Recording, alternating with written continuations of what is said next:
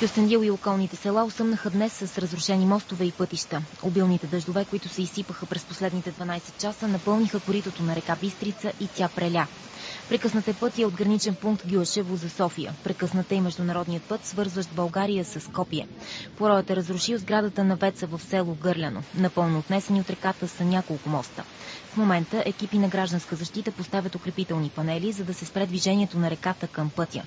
Десетки хора останаха изолирани от родните си места. Анастасия е от Гюешево. Днес тя била в Кюстендил, но сега не може да се прибере до вкъщи. Бяхме на града, идваме с рейса.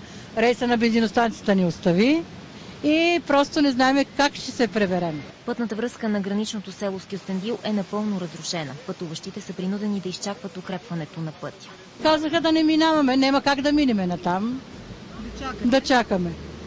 Няма други мостове, нагоре мостове имаме, всичко е отнесено.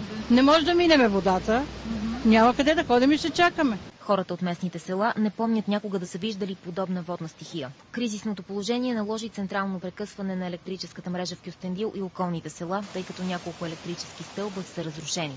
Екипи на ЧЕЗ отстраняват аварии.